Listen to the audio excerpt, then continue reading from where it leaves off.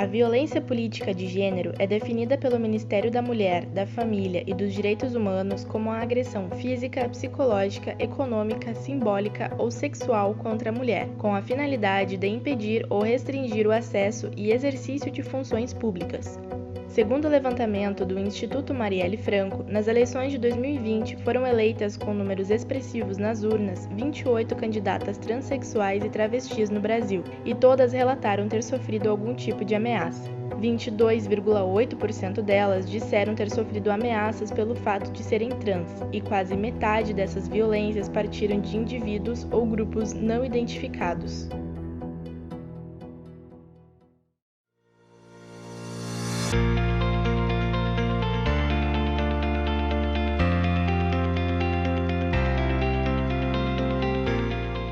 Lins Robalo é uma mulher travesti, negra, que vive no interior, que atua com movimentos sociais e populares já há algum tempo, 15 anos à frente da Girassol Amigos na Diversidade, numa cidade que tem o seu caráter muito conservador por viver do agronegócio.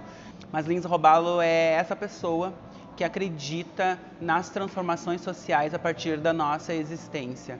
Eu sou uma ativista social, uma militante de inúmeras outras causas, mas para além disso, eu sou uma samborgense, natural da cidade de São Borja. Fiz formação e estudei na academia, na Unipampa, em São Borja, na área do serviço social. Sou especialista em ciências sociais, mestre em ciências sociais e também tenho outras 2 especialidades e sou servidora pública. A nossa primeira pergunta é, em poucas palavras, quem é Beni? Mulher, cria de favela, sofredora das ausências das políticas públicas, pessoa que carrega as sequelas do racismo, do processo escravocrata e da misoginia brasileira, mas descendente de ancestrais, potência, força e coragem.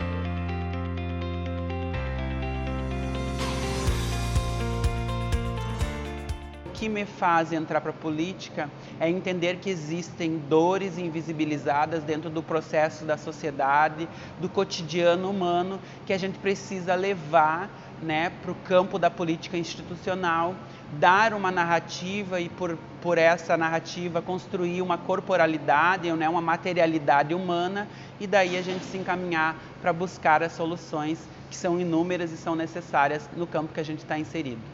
Vamos dizer que a política, para nós, corpo preto, ela não é uma escolha, né? A gente já nasce um corpo político, a gente nasce fazendo política. E o que me trouxe a política institucional para além dos movimentos sociais foi entender que eu não queria mais que ninguém falasse por mim nem pelo meu povo. Nós, povo preto, nós não tememos a luta, nós, historicamente, não tememos a morte. O racismo no Brasil.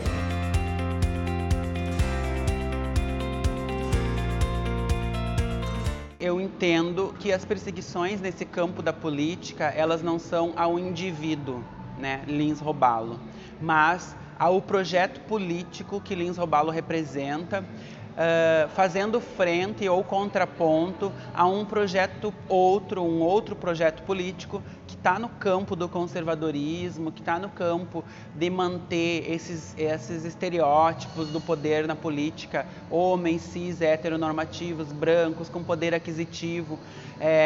Esse projeto, ele tem que se manter de alguma forma.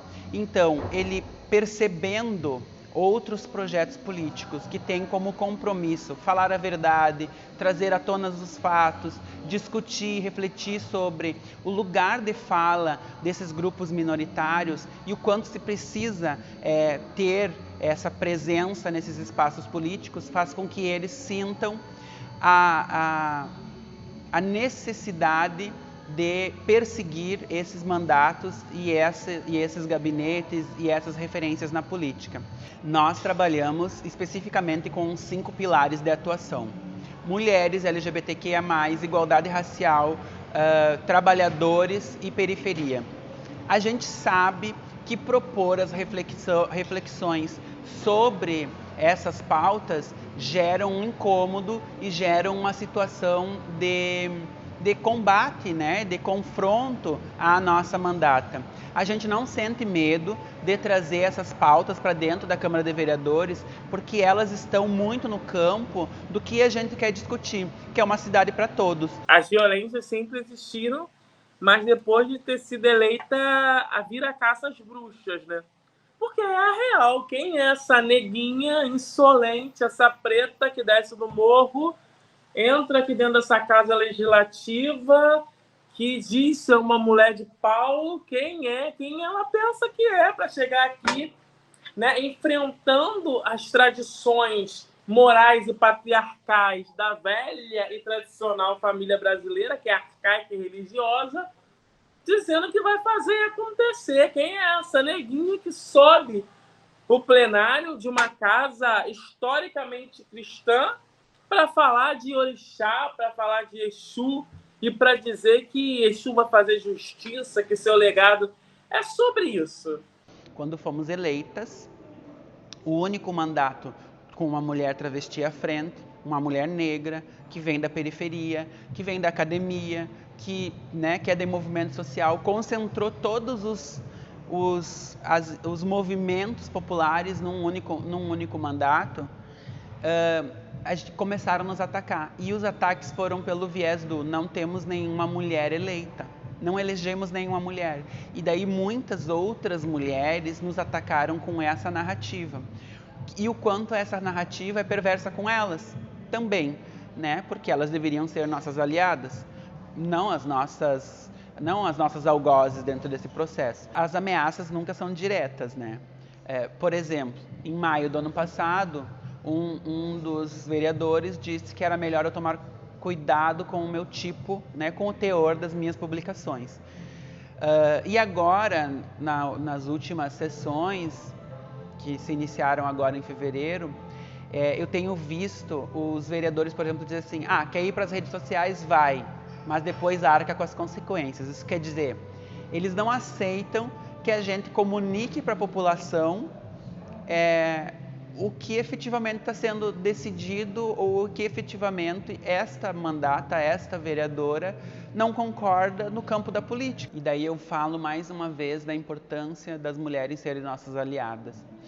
E quando nós somos atacadas, automaticamente faz com que o judiciário perceba que esta fragilidade nossa também é uma fragilidade das mulheres cis heteronormativas.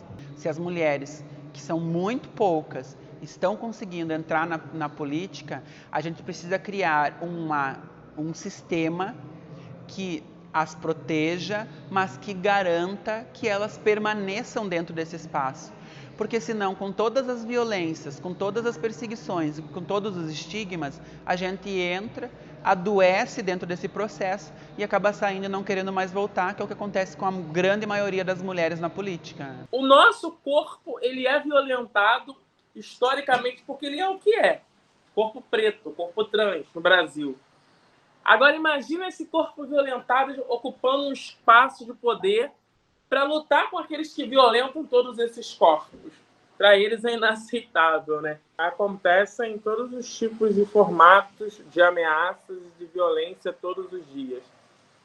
A violência física, a violência moral, a violência verbal, a violência de ameaças de morte, todos os tipos de ameaça cotidianamente nessa minha trajetória e nesse meu percurso.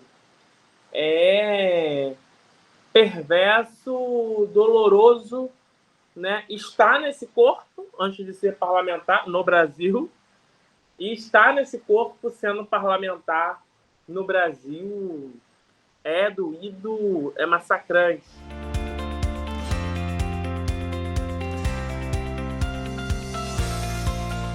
Uma sociedade ideal é um lugar onde a gente pode construir as diversidades, onde a gente consiga perceber a pluralidade não como algo ruim e algo perverso, Eu acho que quando a gente chegar nesse patamar da reflexão crítica sobre a nossa sociedade e dizer, tá tudo bem não concordar com tudo, tá tudo bem não ser da mesma cor, não ser do mesmo tamanho de corpo, não seguir os mesmos padrões de gênero, tá tudo bem não ter a mesma produção de renda que outra pessoa e não estar no mesmo território. E a gente conseguir entender que esse tá tudo bem simboliza que esse espaço territorial da cidade onde a gente se encontra é de todo mundo de forma igual. E que eu não preciso ficar concentrada na minha periferia, porque é o lugar que a minha vida é possível. Mas eu acredito muito na juventude. Eu acredito muito nessa juventude digital, conectada, nessa juventude que produz conteúdo, nessa juventude que se compromete em produzir saberes, que não é uma esponja recebendo as informações, mas que é também um contraprodutor do espaço cultural e do lugar onde eles estão vivenciando. A gente percebeu que é importante a gente estar na rua, mas que é importante quando a gente, de alguma forma, abre uma ruptura no tecido social que protege aquele núcleo, e a gente sabe que não vai entrar todo mundo, mas que se a gente fizer força, a gente consegue fazer com que entre e esse construa o caminho e as estratégias para trazer outros e derrubar esse sistema tão perverso de dentro para fora. O dia que o Estado brasileiro deixar de ser prepulsor do racismo, acho que essas questões elas vão ter outras alternâncias. Ou seja, eu sou daquelas que realmente pede o fim do Estado brasileiro como existe, como é a sua lógica e a sua existência, que é naturalizada e que é um pilar do racismo estrutural. E um outro elemento, eu acho que mais leve, mais próximo de se adensar algumas questões, seria pensar a efetividade de políticas públicas que sejam concretas, fiscalizadas, para que seja real a desconstrução desse racismo, principalmente esse racismo que se caracteriza como racismo de gênero, como racismo político e que pesa sobre os nossos corpos de mulheres negras na política. Uma sociedade ideal é onde os rótulos fiquem para trás, onde as caixinhas deixem de existir, e que seja uma dimensão a partir da igualdade. E a partir da igualdade é entender que podemos ser livres, que existiu libertação, que existiu emancipação. Uma sociedade ideal é onde a gente consiga sentir o vento sem se preocupar se vamos tombar ou não.